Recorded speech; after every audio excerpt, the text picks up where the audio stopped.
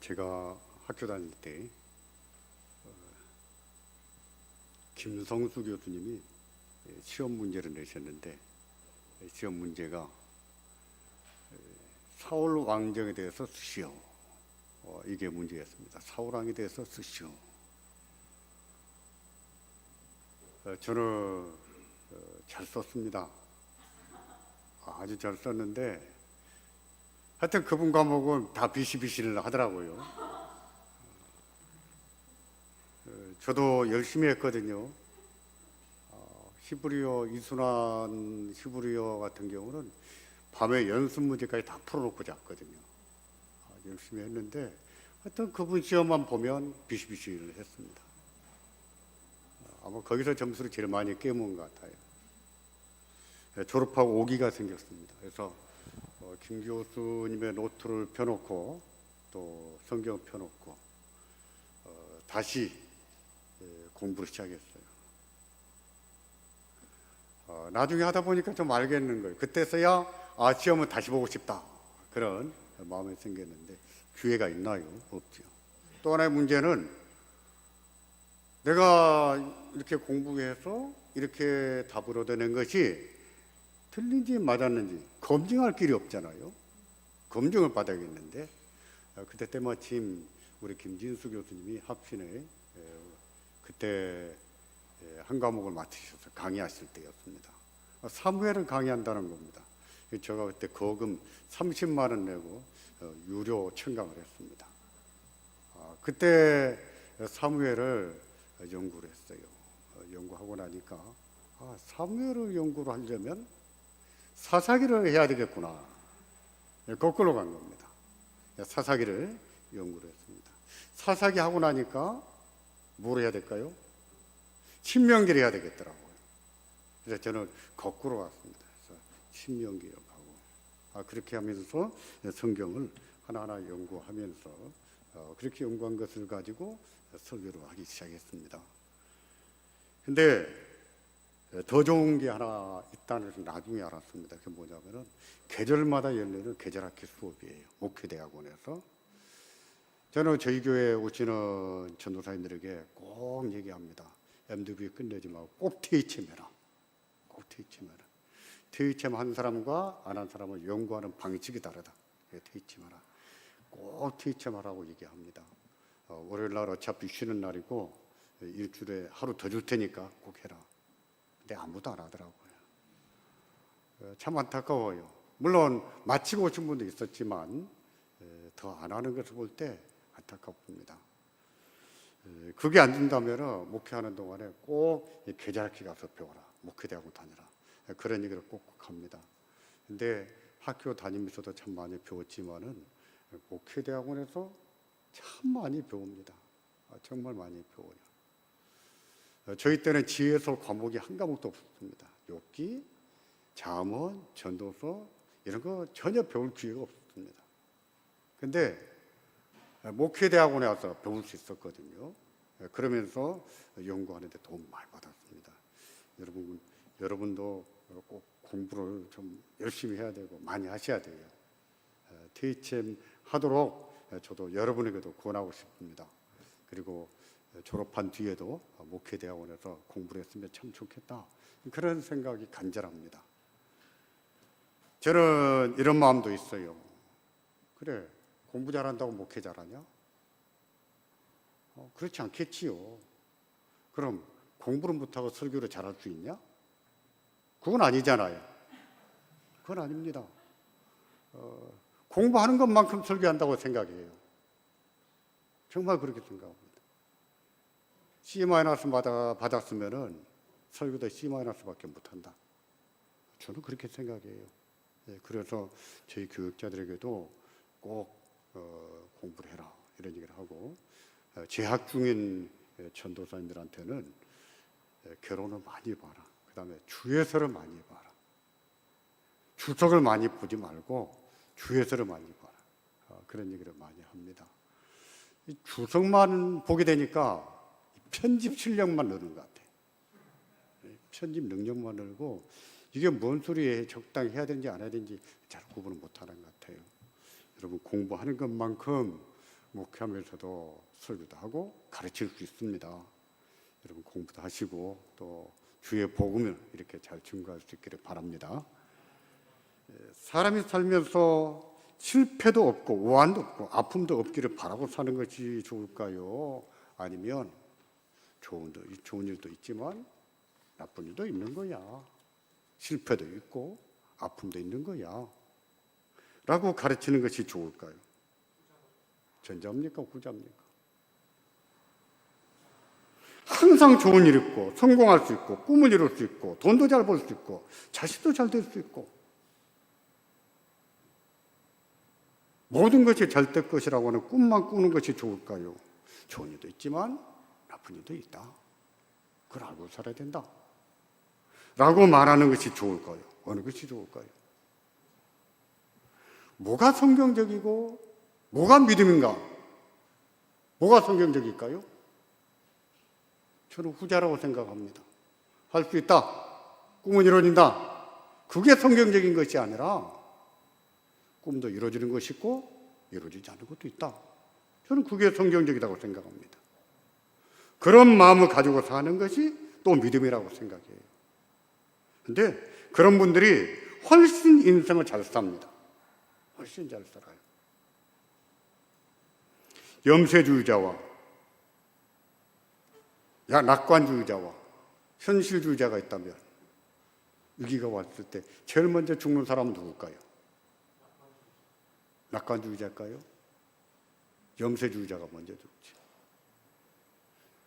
남은 낙관주의자와 현실주의자 가운데 누가 먼저 죽을까요? 낙관주의자.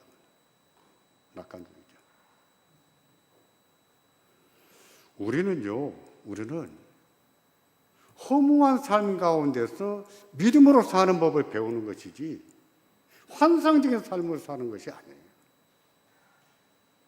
아픔도 있고 고난도 있고 슬픔도 있는 세상에서 믿음으로 사는 법을 배워야지.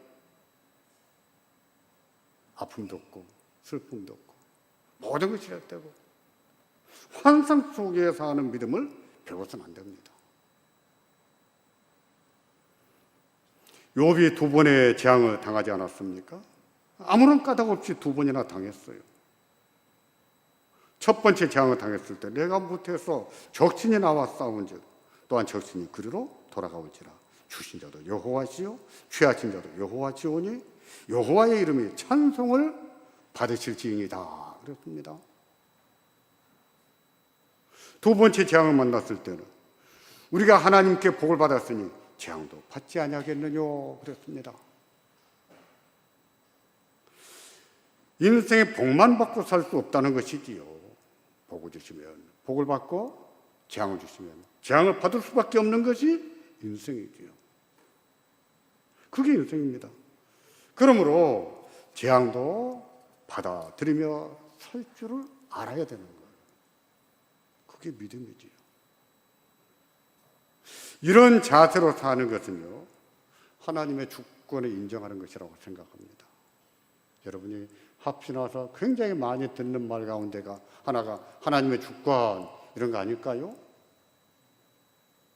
근데 말은 하는데 삶 속에서 근심된 일이 생기고 아픈 일이 생기고 슬픈 일이 생겼을 때 그런 삶 가운데서 어떻게 하는 것이 하나님의 주권을 인정해 드리는가? 어떤 태도가? 그건 잘 못하는 것 같아요. 우리는 주로 이겨먹는 신앙을 많이 배웁니다. 기도해서 이겨먹고 말씀으로 싸워서 이겨먹고 고집을 부려서 이겨먹고 항상 이겨먹는 것이 하나님의 주권을 인정하는 것일까요? 좀 져주면 안 될까요? 져주는 것이 하나님의 주권을 인정하는 것이 아닐까요? 그럴 때가 많습니다. 그럴 때가 많아요. 저는 아직도 개역 개정판을 못 바꾸어서 개역 성경을 씁니다. 저도 바꾸고 싶어요. 근데 왜 안 바꾸느냐? 지독하게 반대하는 분이 한 분이 계셔서 못 바꿔요. 안 바꿔요. 물론 그분 돌아가셨습니다. 그러니까 이제는 제가 바꿀 수 있어요. 근데 그분 가셨다고 훅 바꾸는 것도 좋은 모습은 아니거든요. 못 이겨서 못 바꾸고 못 이겨서 안 바꾸는 게 아니라 기다릴 줄도 아는 것이 믿음이고 또 질 줄도 아는 것이 믿음이에요. 때로는 우리는 그런 신앙을 못 배운 것이 저는 참 안타깝다고 생각합니다. 항상 이기는 신앙만 배운 거예요. 기도해서 이겨먹고 말씀을 이겨먹고 고집을 부려서 이겨먹고 자기 주장이 하나님의 뜻이라는 거예요. 예수 믿는 사람끼리는 화해가 안 돼요. 화해가. 이 말은 제가 하는 말이 아닙니다. 법관들이 하는 말이에요. 교회 안에서 교회 간에 소송이 붙으면 화해가 되지가 않는다는 거예요. 왜 안 될까요? 믿음이 좋아서.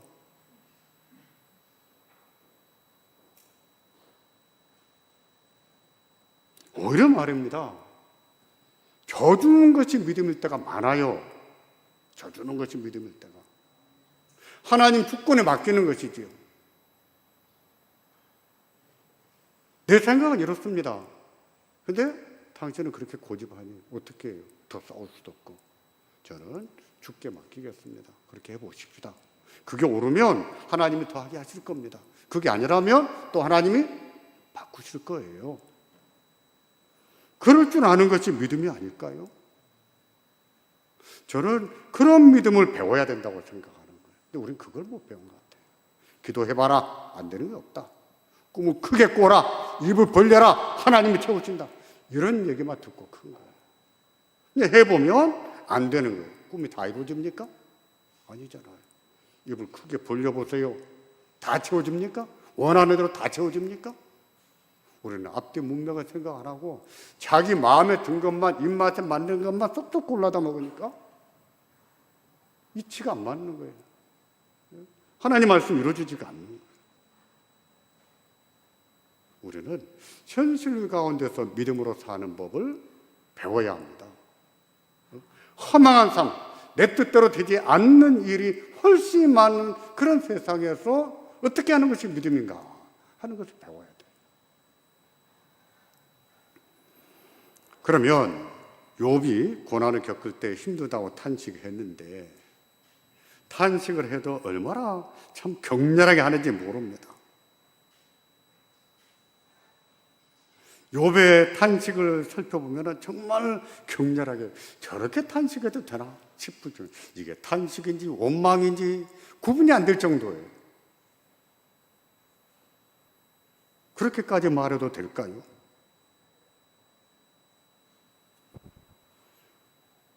저렇게 탄식해도 되나? 듣다가 친구들이 열을 받았습니다. 탄식을 제대로 이해하지 못한 친구들은 욥이 믿음이 없다고 책망을 한 것이거든요. 지 죄 때문에 당한 것도 모르고 탄식한다, 원망한다 라고 생각했던 것이거든요.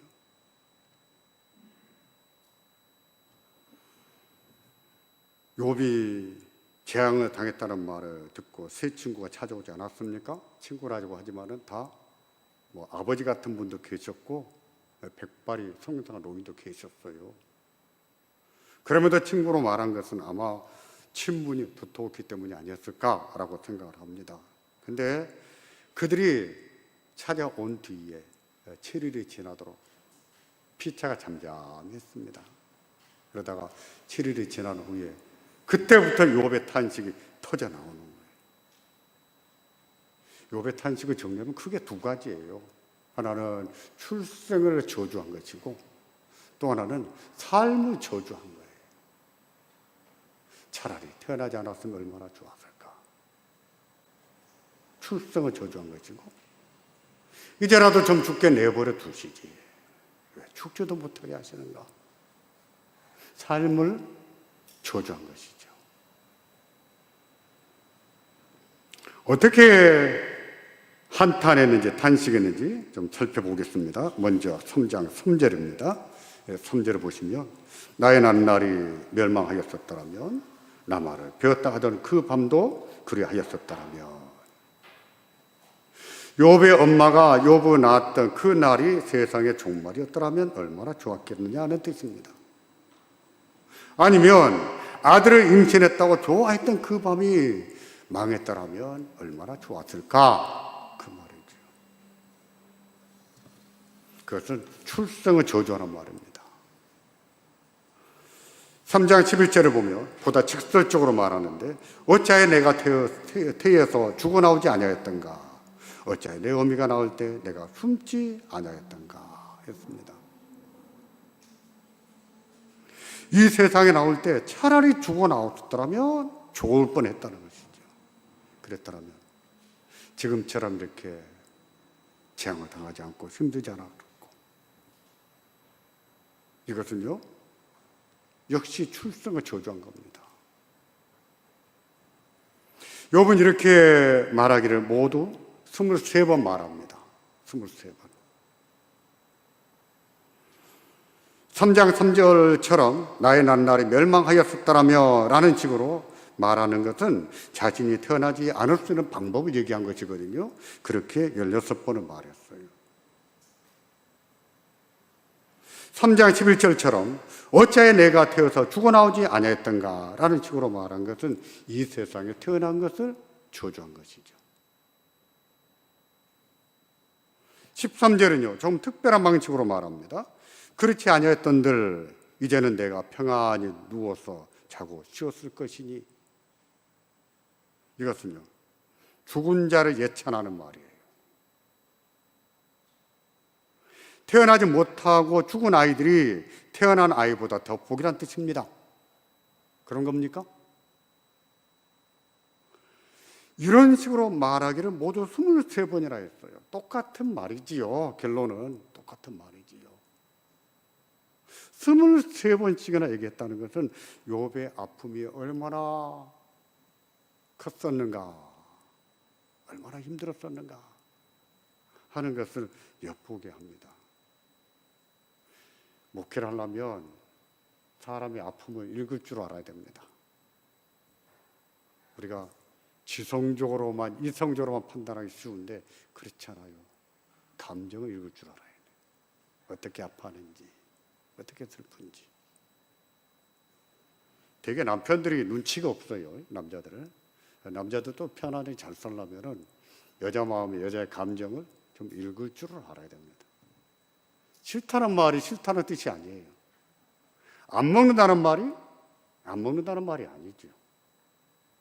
왜 저렇게 말하는지 좀 이해를 할 줄 알아야 되거든요.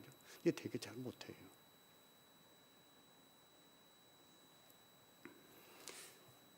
결과적으로 보면 다 같은 말인데 그만큼 욥은 힘들었던 거예요. 그만큼 힘들었던 거예요. 앞에서 여쭌 대로 그렇게까지 탄식해도 되는가? 그렇게까지 말해도 되는가? 태어나지 않았으면 더 좋았을 뻔했다. 이게 말이 되는 겁니까? 좀 이제라도 죽게 내버려 주시지. 왜 죽지도 못하게 하시는가? 이래도 되는 거예요. 그 불신앙 같지 않아요? 불경 같지 않아요? 이것을 이해하려면 탄식과 원망의 차이로 구분해야 됩니다. 탄식은 몸이 아플 때 내는 신음과 같은 거예요. 몸이 아프면 신음이 나오잖아요. 마음이 아플 때 나오는 신음과 같은 것이 탄식입니다. 원망은 자신의 문제를 다른 사람의 탓으로 돌리는 거예요. 내가 이렇게 된 것은 누구 때문이야? 남을 탓하는 겁니다. 그리스도인은요, 힘들면 기도를 통해서나 찬양을 통해서나 혼자 읊조리는 식으로 탄식할 수 있습니다. 하나님은 그 탄식을 들으시는데 기도로 알아서 들으십니다. 기도로. 내 신음을 기도로 들으세요. 사람은 그거 잘 못해요. 우리 목사라도 잘 못합니다. 근데 하나님은 그 신음을 기도로 들으세요. 기도.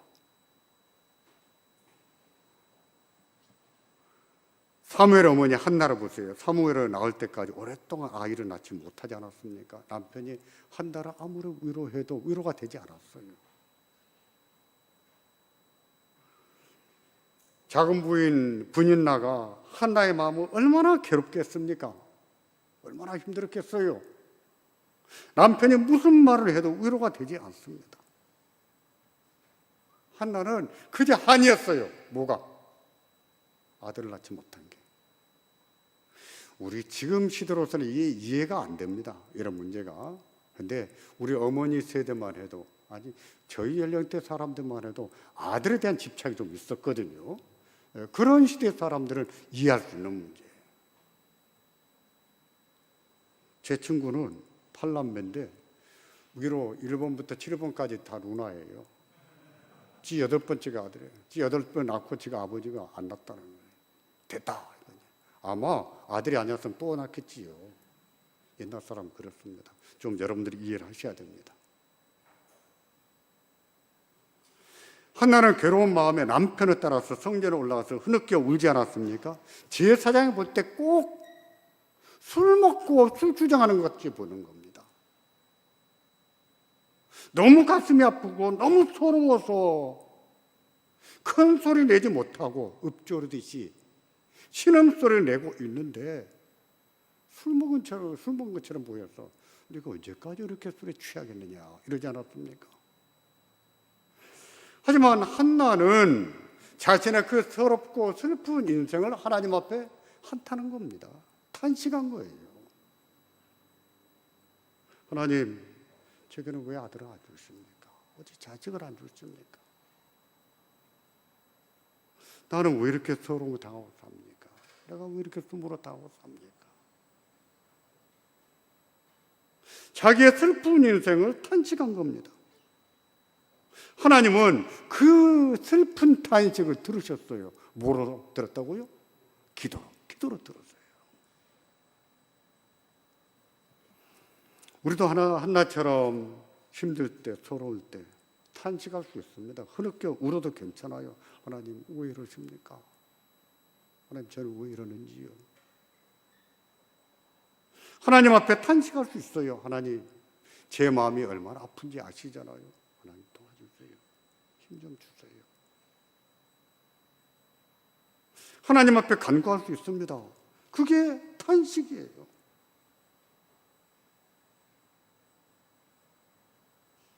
몸살이 났을 때 신음을 내면 조금 몸이 덜 아픈 것 같으지요. 몸살 났는데 신음소리 꾹꾹 참는 것보다 이제 끙끙 앓는 소리 조금 하면은 조금 덜 아픈 것 같아요.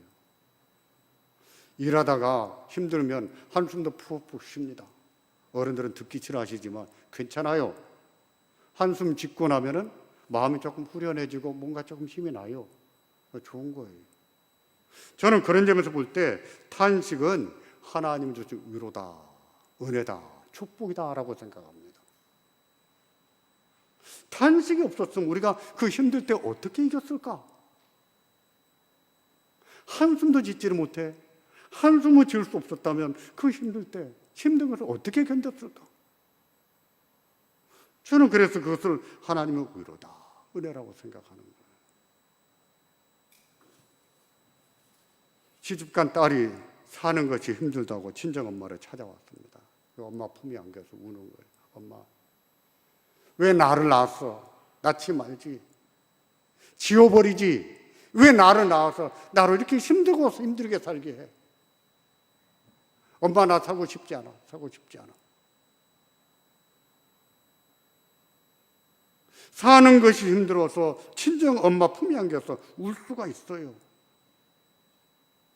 엄마는 그래 힘들지. 울어라 울어. 엄마 품에 안겨서 울고 그래서 힘내서 살아봐. 좋은 날이 있을 거야. 이런 것이 탄식이라는 거예요. 그렇게 하고 나면 또 힘이 나잖아요. 후련해지고 자기를 받아주는 엄마가 있어서 힘이 나고 좋잖아요. 욥기 3장에서 욥이 한 말은요, 탄식이었습니다. 원망이 아니었습니다.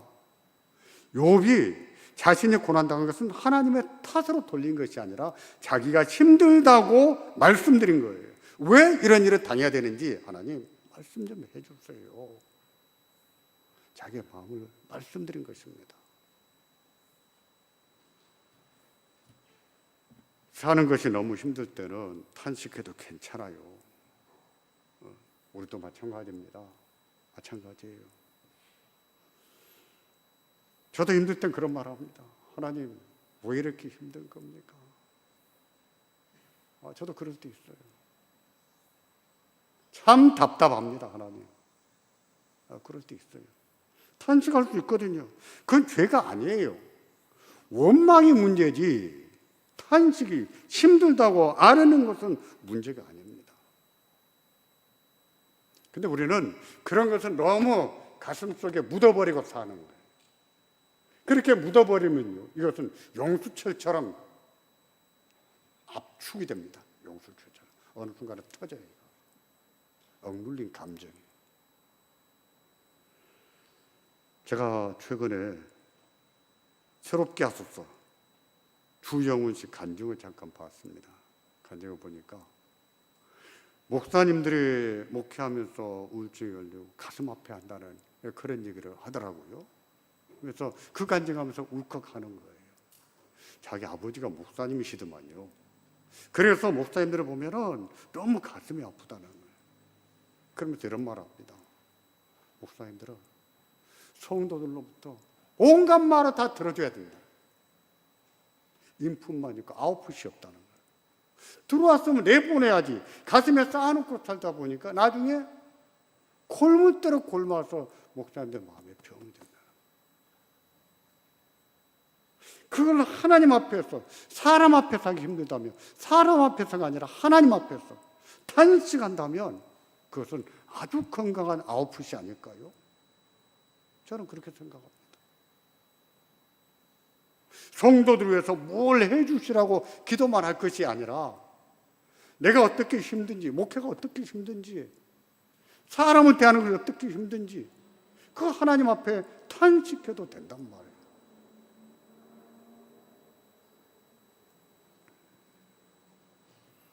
사는 것이 힘드실 때는 탄식하십시오. 괜찮아요. 좋습니다. 하나님은 그 탄식을 무엇으로 들으세요? 기도로 들으세요. 기도로. 한나의 신음을 기도로 들으셨잖아요. 우리가 묵상 그러잖아요. 본래 묵상이라는 단어가 읊조린다는 뜻입니다. 입을 조금만 열어서 조그만 소리로 읊조리는 것. 그게 묵상이에요. 생각하는 것이 묵상이 아니고, 물론 사색의 의미도 있겠지만 본래 뜻은 그겁니다. 하나님 앞에 읊조리듯이 말씀을 드릴 수 있죠. 왜 못하겠습니까? 욥이 첫 번째 재앙을 당했을 때 1장 22절을 보면 욥이 하나님을 향해서 어리석게 원망하지 않았다 그랬습니다.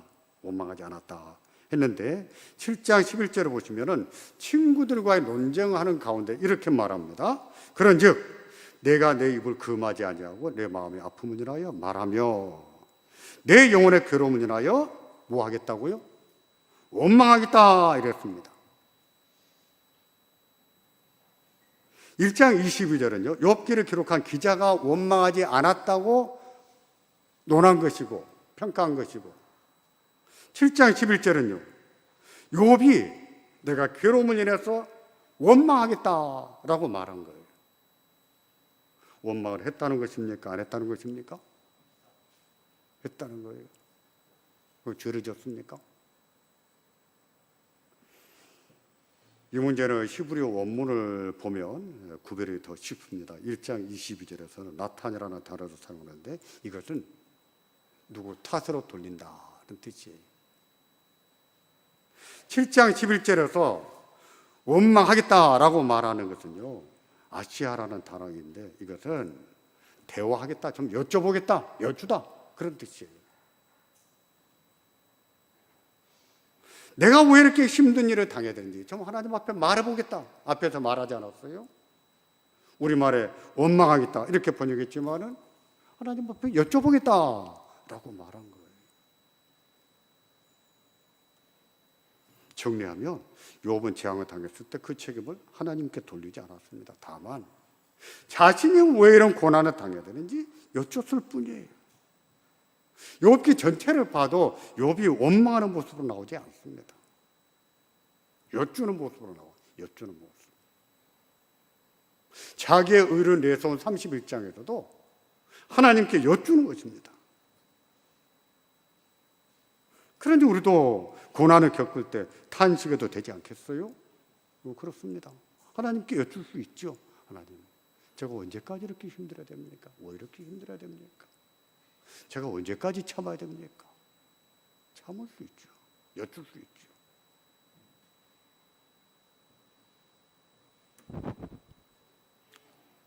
저는 청빙 받아서 목회한 지가 이제 20년 됐습니다. 지금은 별로 그런 생각 안 하는데 한 3, 4년, 한 5년 전까지만 해도 누가 저보고 목회가 힘들다, 목회가 힘듭니까? 물어보면 목회가 뭐가 힘듭니까? 당회가 힘들지. 정말 그래요. 당회가 힘들지 목회가 힘들지 않더라. 이런 말을 했습니다. 목사님들이 횟집에 갔답니다. 횟집 종업원이 무슨 회를 올릴까요? 했더니 목사님들이 하는 얘기가 당회 빼고 아무거나. 교회들이 다 그런 건 아니에요. 그런데 청빙 받아가는 교회들은 그러기가 쉽습니다. 청빙 받아서 목회하는 사람들 너무 부러워하지 마세요. 몇 사람 되지도 않을 뿐만 아니라 저는 그렇게 말해요. 저희 동기들 가운데 개척에서 목회를 잘하는 친구들, 너희는 왕 같은 목회를 하고 우리는 종 같은 목회를 한다. 맞아요. 이거 정답입니다. 제가 조병수 교수님에게 그 얘기했더니 그 말이 맞네 그러더라고요. 맞아요. 부러워하지 마세요. 정말 그렇게 힘들었거든요. 제가 오죽했으면 이런 말을 했다고요. 한 10년, 8년, 10년 됐을 때 숭신교회는 이명택 목사가 하자고 해서 되는 게 없다. 그런데 지나놓고 보면은 안 되는 것도 없다. 많이 들어보셨죠? 저희가 학교 다닐 때 합동신학교에 옛날부터 전해오는 전설 같은 말이에요. 박윤선 박사님이 하신 얘기를 합니다. 합동신학교는 되는 게 없다. 그런데 안 되는 것도 없다. 목회가 그러더라고요. 저는 한 번도 이겨본 적이 없습니다. 항상 뭐 하자 했을 때 거절하면은 제 성격이 막 구차한 얘기를 안 해요. 그래요? 그만 두시죠. 두 말도 안 합니다. 이거 해야 됩니다. 안 싸워요. 근데 거짓말같이 대부분의 문제가 2달 후면은 장로님들이 먼저 하자고 얘기해요. 그래서 안 되는 게 없는 거예요. 한 번은 제가 이렇게 말했습니다. 어찌 제가 얘기하면 안 된다 하고 왜 2달이 지나면 꼭 하자 그럽니까? 저도 생각해 봤어요. 왜 그럴까? 그분들은 고정관념이 있었던 것 같아요. 고정관념. 그러니까 제가 한 얘기를 듣고 보니까 한 달, 2달 생각해 보니까 그거 괜찮은 것 같아요. 목사님 그거 하면 좋겠어요.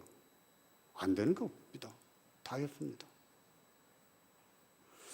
그러니 싸워서 이길 필요가 있겠어요? 져주는 게 믿음이지. 저는 그래서 져주는 게 믿음이다 생각합니다. 하셔야 될 일이라면 하나님이 하게 하시더라고요. 하나님이 했어요. 내가 하고 싶은 일을 꼭 할 필요는 없습니다. 하나님이 하신 일을, 하나님이 기뻐하신 일을 하나님이 해 나가시거든요. 그거 맡기는 것이죠. 그럴 줄 아는 것이 믿음이죠. 우리가 탄식도 해도 되고 고난을 겪을 때 차라리 죽는 게 더 낫겠다 싶은 마음이 들 때가 있지만 그렇다고 해서 어리석은 짓을 하지 않도록 조심해야 됩니다. 자기 성질을 못 이겨서 그냥 어디 확 받아버리고 뛰어내리고 그런 짓은 하면 안 돼요. 근데 그런 분들이 종종 있습니다.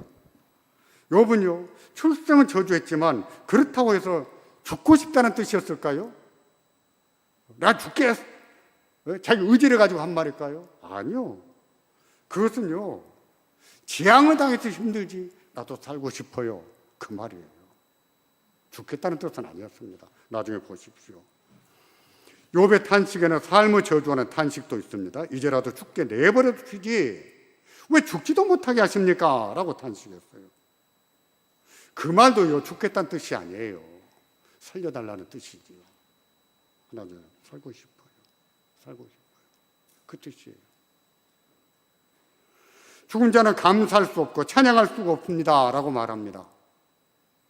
살고 싶다는 말이에요? 죽고 싶다는 말이에요? 살고 싶다는 말이지요. 하나님 죽은 자가 어떻게 감사합니까? 죽은 자가 어떻게 찬양합니까? 이렇게 말해요. 살고 싶다는 뜻이지요.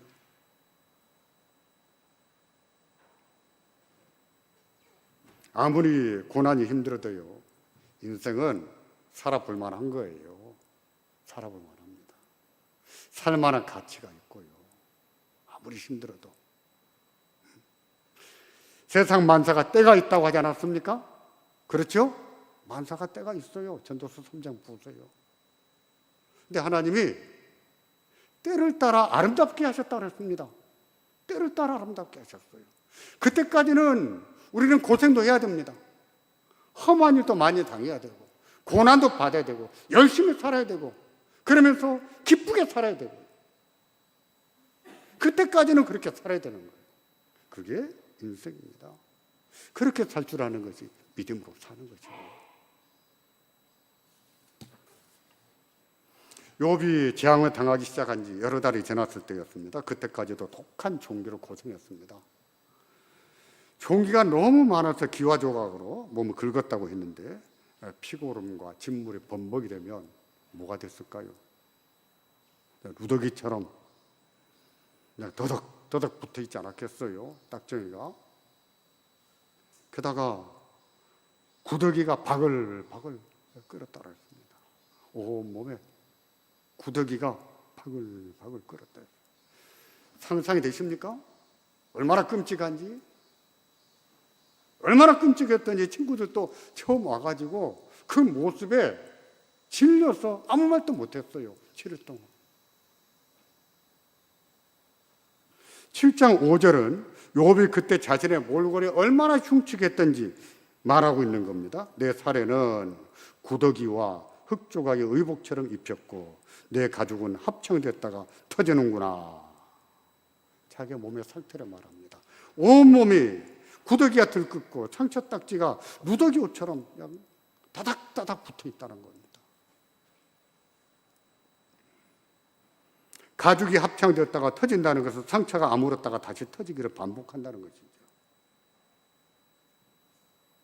상처가 그 정도 돼도 살 수 있을까요? 이게 과장법이 아닐까요? 아니라면 그래도 살고 싶은 생각이 들까요? 욥기의 무대가 되는 내용들이나 이런 모습들을 보면 너무 과하다 보니까 우리가 상상 초월해버리다 보니까 꼭 거짓말 같은 생각이 들어요. 하지만 그렇지 않습니다. 조선시대 왕 중에는 종기로 고생하다가 죽은 왕들이 많아요. 세종대왕의 아들 문종, 종기로 앓다가 죽지 않았습니까? 2년, 3년 만인가 죽었죠. 그때 나이가 39살이었습니다. 종기로 죽었어요. 그렇게 위협적입니다. 종기가. 문종의 아들이 누구죠? 단종이. 아버지가 일찍 돌아가시니 아들의 인생이 비참해진 거죠. 아버지가 건재했더라면 단종이 그렇게 비참하게 당했을까요? 그런 인생을 살지 않았죠. 이런 것을 보면 부모가 얼마나 중요한지 몰라요. 부모가 자식을 잘 지켜주는 게 얼마나 중요해요. 저는 9살 때 아버지가 돌아가셨어요. 저희 아버지는 부자였습니다. 그 시대에. 요즘 말로 쓰면 저도 금수저를 물고 태어났어요. 근데 9살 때 아버지가 돌아가시니까 인생이 틀어지더라고요. 저는 고등학교도 못 갈 뻔했어요. 형제가 많으니 어머니께서 야 누나들 학교 보내고 니 나중에 가라. 한 학년만 꿇어라. 이래서 저 꿇을 뻔했습니다. 그렇게 인생이 바뀝니다. 사람들이 저보고 그래요. 목사님 왜 그렇게 운동합니까? 저 운동 열심히 합니다. 비쩍 말랐어도. 왜 그렇게 운동합니까? 저는 대답이 항상 똑같아요. 처자식을 위해서. 내가 죽으면 내 아내하고 내 아들을 누가 지켜줍니까? 제가 믿음이 좋아서 목회를 위해서, 교회를 위해서요, 이러면 얼마나 좋겠습니까? 그런 믿음은 없고 저는 처자식을 위해서 건강을 지키고 삽니다. 단종 보세요. 아버지가 그렇게 가버리니 얼마나 비참해요. 그만큼 옛 시대에는요, 종기가 치명적이었어요. 살 소망 끊어버린 겁니다.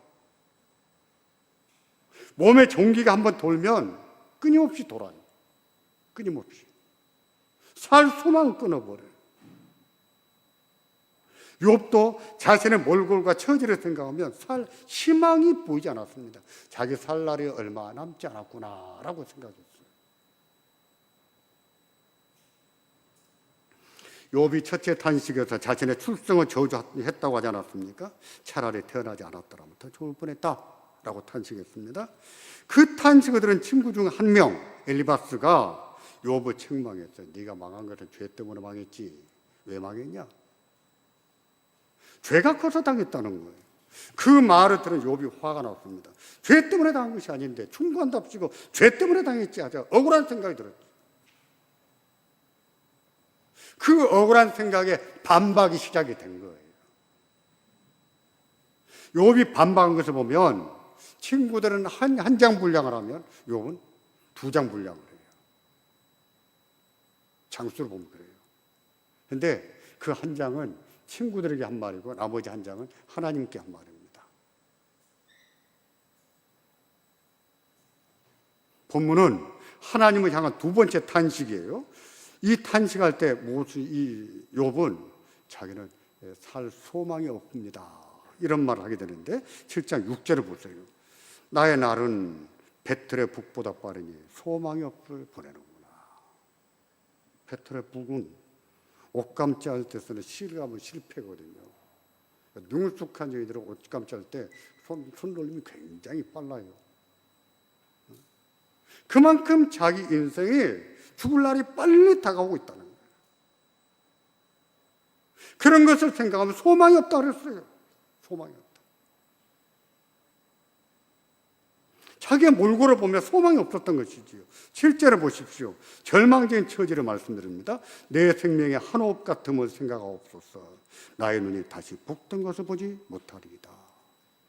이제 숨이 꼴깍 넘어가면 죽게 생겼다는 거예요. 내 호흡 같음, 내 생명의 한 호흡 같음을 생각해 주십시오. 나의 눈이 다시 복된 것을 보지 못하겠습니다. 죽게 생겼다는 것이죠. 욥과 같은 처지를 당하면 그렇게 절망하는 것은요, 당연하지라고 생각하게 됩니다. 그거 가지고 실망해? 힘내! 이게 우리의 입에 붙은 말입니다. 그런데 힘든 사람들에게 제일 듣기 싫은 말이 뭐라고 하지요? 힘내. 근데 그 말을 누가 합니까? 누가 잘합니까? 목사가 잘하죠. 교인들이 힘이 안 되는 말을 목사는 입으로 상투적인 말을 하는 거예요. 절망 좀 하면 안 됩니까? 탄식 좀 하면 안 됩니까? 그거 좀 들어주면 안 돼요? 그거 가지고 너는 믿음이 없는 거야. 기도가 약해서 그래. 우리는 그렇게만 말해버리거든요. 교인들은 어떻게 삽니까? 그런 마음에 대놓고 믿음이 없다고 책망을 해버리면요, 그 사람은 소망이 꺾여버리죠. 소망이 꺾입니다. 그렇지만 좀 품어줘야죠. 들어주고. 욥의 친구들이 좀 쭉 들어줬으면 얼마나 좋겠어요. 그 탄식을 좀 들어줬으면. 하나님도 들어주시는데 왜 그걸 못 들어주실까? 좀 참고 들어주지. 그게 아쉽지요. 하지만 자신이 자신에게 소망이 없다고 말하는 것과 하나님께 소망이 없다고 말하는 것은 의미가 다릅니다. 구분해야 돼요. 하나님께 하나님 저를 희망이 없어요. 소망이 없어요. 이렇게 말하는 것과 나는 소망이 없구나. 이렇게 말하는 게 다르다 이 말입니다. 혼잣말로 자기가 자기한테 나는 소망이 없구나. 그 말은 절망이에요. 죽고 싶다는 뜻이 됩니다. 하지만 하나님께 하나님 저는 소망이 없습니다. 낙심을 말씀드린 것은 살고 싶다고 하는 뜻이지요.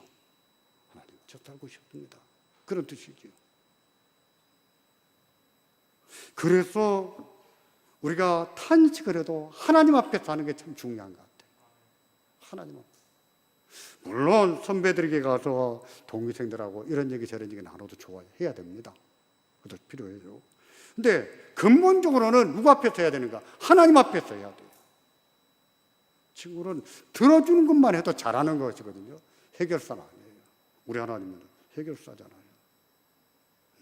들어주시고 풀어주시고 응답하시잖아요. 탄식을 해도 하나님 앞에 사는 것이 중요한 겁니다. 그러나 살고 싶다는 소망이에요.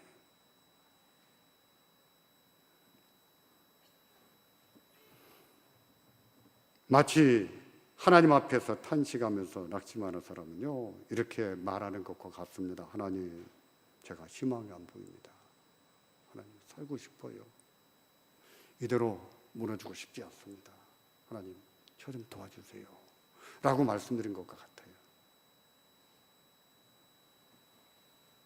저도 오래전에 깊은 절망감을 경험한 적이 있습니다. 오랫동안, 한동안, 몇 년 동안. 제 처지와 주변을 돌아봐도 희망을 품을 만한 것이 아무것도 없었어요. 그때는 기도하기를 하나님, 저한테 희망 좀 주세요. 희망 좀 주세요. 늘 그렇게 기도했습니다. 어떤 날은 새벽에 기도하러 가서 1시간 내내 똑같은 말, 하나님, 희망 좀 주세요. 희망 좀 주세요. 마음에 희망이 없으니까 살 수가 없겠더라고요. 살 수가 없어요. 그래서 하나님께 소망을 품는 게 중요한 거예요. 하나님, 저한테 희망 좀 주세요. 누구한테 이 말 하겠습니까? 누구한테 도와달라 하겠습니까? 남이 도와주는 것은요, 한 번, 두 번이에요. 언제까지나 도와줄 수 없습니다. 형제가 도와주는 것도, 교인들을 도와주는 것도 한두 번이지, 언제까지 문제를 해결해 주지는 못해요. 하나님께 소망을 품으셔야 됩니다. 그때는 제가 왜 이렇게 절망을 했냐면은, 그때는 제 삶을 잘 못 받아들였기 때문인 것 같아요. 나는 아프지요. 저는 내 삶을 잘 받아들이지를 못하지요. 나는 왜 이렇게 살아야 되는가? 그 생각은 많지요. 그런 생각이 많으니 제가 힘든 거예요, 제 자신이. 그랬더니요, 얼굴에 기미가 얼마나 끼는지, 남자 얼굴에 기미가 깜뜩 끼더라고요. 마치 넘어져서 땅바닥에 긁혔을 때에 딱정이 앉으면 두툼하잖아요. 그 정도로 두툼하게 기미가 생겼습니다. 그래서 새벽마다 기도하기를, 하나님, 희망 좀 주세요. 희망 좀 주세요. 그러고 기도했어요. 어느 날 안방을 지나가면서 TV를 보니까 드라마가 막 시작되고 있었습니다. 제가 그 드라마 제목을 보고 은혜를 받았습니다. 제목이 이 남자가 사는 법. 이 남자는 이렇게 산다. 저 남자는 저렇게 사는 것이고. 저 남자하고 비교할 필요가 없는 거예요. 나는 나고, 못나면 못난 대로 산 것이고, 부족하면 부족한 대로 사는 것이고, 다 의미가 있는 거예요. 가치가 있는 거예요. 남보다 못하다고 해서 가치가 없는 것이 아닙니다. 의미가 없는 것이 아니에요. 나는 나대로 의미가 있고, 나대로 가치가 있는 거예요. 그런 나를 하나님이 사랑하십니다. 붙드십니다. 들으세요. 탄식을 들었어요. 제가 그럴 때는 전도서를 많이 봤습니다. 전도서를. 제가 아마 제일 많이 본 성경이 전도서일 거예요. 수십 번 봤는데 그게 힘이 되더라고요. 위로가 됐어요. 그때 알았어요. 전도서의 중요한 메시지가 뭔지 잘 모르던 시대인데 그때 아 이게 인생이구나 하는 거하고 그래도 기쁘게 살아야지 그 두 가지는 알았어요. 그리고 전도서가 뭔가 한 것은 현창 교수님을 통해서 알았고 이 남자가 사는 법 그래 이 남자는 이렇게 사는 거다. 제 삶을 받아들이기 시작하니까 어느 순간에 보니까 제 얼굴에 기미가 다 벗겨진 거예요. 저희 교회에 피부과 의사 선생님이 계십니다. 권사님이. 제가 그 얘기를 했더니 막 웃고 난리예요. 그래서 저는 권사님 제 얘기가 일리가 있습니까 없습니까?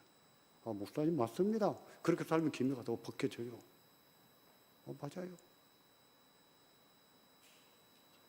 우리가 살면서 절망을 경험할 수 있어요.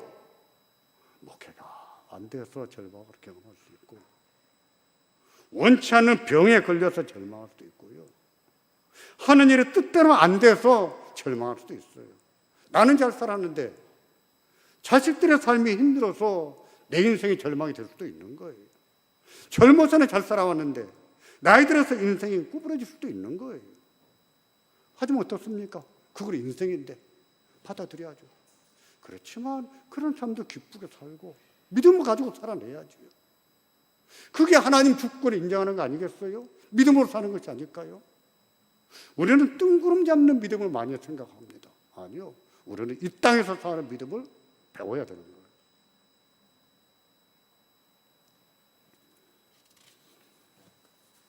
욥은 자기의 처지가 비관적이고 절망됐을 때 이렇게 살 바에는 차라리 죽는 게 더 낫겠다고 탄식하기도 했습니다. 전에는 출생과 삶을 탄식했다면 이번에는 죽기를 탄식한 겁니다. 15절인데요. 본문 15절인데 이러므로 내 마음에 숨이 막히기를 원하오니 뼈보다 죽는 것이 나으니이다. 그랬습니다. 이러므로 내 마음에 숨이 콱 막혀버렸으면 좋겠다는, 죽어버렸으면 좋겠다는 거예요. 뼈보다 죽는 것이 더 낫습니다. 그러지 않았어요?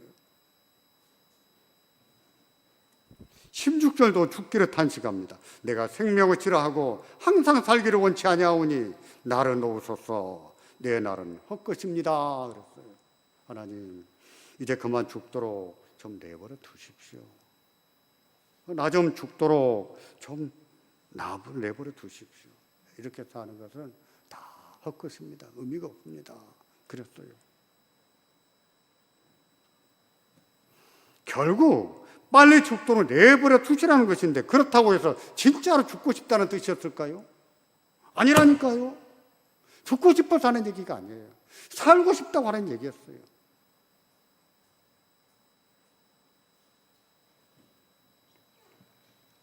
우리가 욥의 기도를 살펴보면 그가 얼마나 살고 싶어 했는지를 알 수 있는데 14장 7절을 보시면 나를 기억해 주십시오 라고 기도합니다. 14장 7절에 또 사람이 죽으면 어찌 다시 살 수 있겠습니까? 라고도 기도해요. 그러니 어떻게 하라는 거예요? 살려주시라는 거예요. 살려주세요. 하나님 저 좀 살려주세요.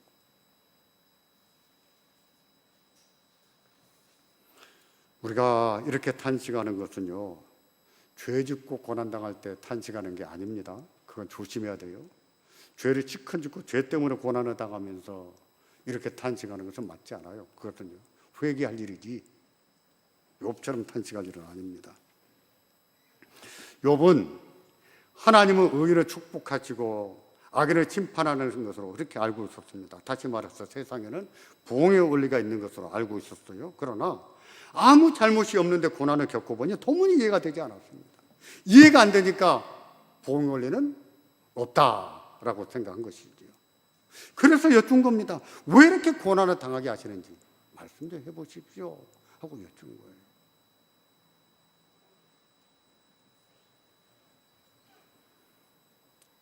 본문 11절을 보시겠습니까? 그런 사실을 말씀을 해요. 그런즉 내가 내 입을 금하지 아니하고 내 마음의 아픔이라 하여 말하며 내 영혼의 괴로움이라 하여 원망하리이다. 앞에서 말했잖아요. 이 원망은 원망이 아니라 하나님 앞에 여쭌다는 뜻이라고 하지 않았습니까? 맞아요.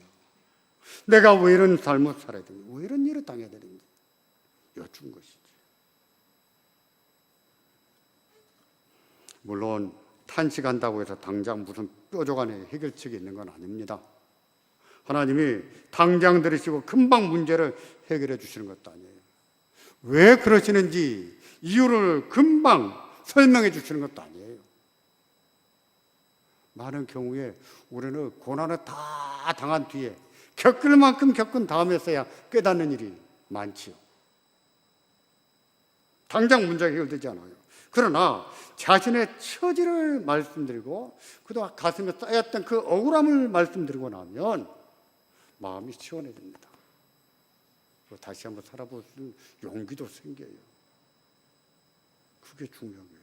더 중요한 것은 하나님이 그 기도를 들으시는 것이죠. 탄식을 기도로 들으세요. 그래서 기도하고 나면 힘이 나는 거예요. 기도하고 나면 힘이 납니다.